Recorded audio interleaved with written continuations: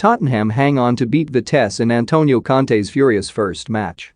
3 goals to the good inside 28 minutes, it felt as though Antonio Conte was set fair to enjoy himself on the occasion of his first game in charge of Tottenham. But that would have been to overestimate his new team's capacity to make life easy for themselves. Nobody should ever do that, and at least Conte has now had his first sight, up close and uncomfortable, of what he must fix as the club seek to put the problems of the recent past behind them. Spurs were good in an attacking sense for that first portion of this Europa League conference tie, which was marred by fighting in the Vitesse section of the stadium. But they were wobbly at the back throughout. They would concede twice before half-time, and, when Christian Romero was sent off in the 59th minute, it became extremely edgy for them. Vitesse pushed, and yet when they could find the equalizer, they imploded themselves, having the captain, Danilo Doki, sent off on 81 minutes for dragging down Harry Kane, a second bookable offense, and then the goalkeeper, Marcus Schubert, for handball outside his area. Welcome to Spurs, Antonio. Conte was in no mood to mess around. He went full power with his starting Zai, a stark contrast to the shadow side that Nuno had fielded 2 weeks ago in the 1-0 defeat in Arnhem, and the only risk was in the change to the formation. Conte had not seen it that way. Spurs are not used to 3 at the back, but he has felt wedded to it, and so he asked Ben Davies to start on the left of the last line. Tanguy Ndombele was squeezed out of the lineup. There was a buzz at the outset, with Conte warmly welcomed by the home fans. He responded with applause to all corners of the stadium, and he would get the early goal that he craved.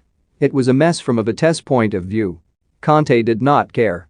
Marcus Schubert did well to block from Lucas Moura, who had been released by Pierre-Emile Hojbjerg, but when the ball broke and Kane piled in, the Vitesse goalkeeper's attempt to paw it clear sent the ball off the prone Richard Bezoer and to Son, who hammered home. It was fast and furious, with Spurs not exactly inspiring confidence at the back. During the first half, it was no exaggeration to say that Vitesse looked dangerous whenever they went forward. Conte's messages had not got through. The communication was not there in the defensive unit. There were spaces everywhere. Davies got away with one when he caught Nikolai Baden-Frederiksen inside the area, and the Vitesse winger dragged wide when well placed. At 1-0, Doki headed off target.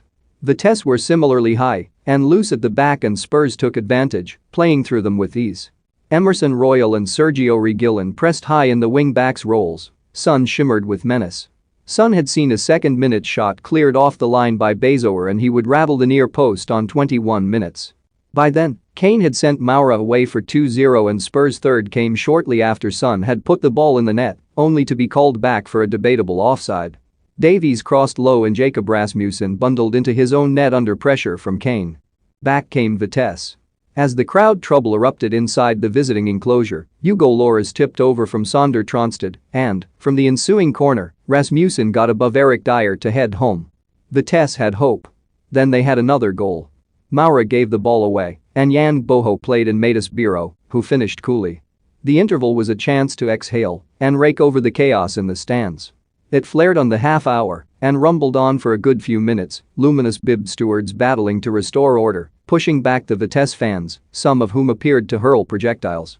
Conte stood on the edge of his technical area from the first whistle, breaking away at times to consult his staff, and there was much to perturb him, taking in the sloppy start that his team made to the second half. Vitesse introduced the pace of Lois Openda, and their 5-4-1 system began to look more like 3-4-3. They pushed, sensing weakness in their opponents. Openda danced inside Reguilon and forced Lloris to tip over the crossbar.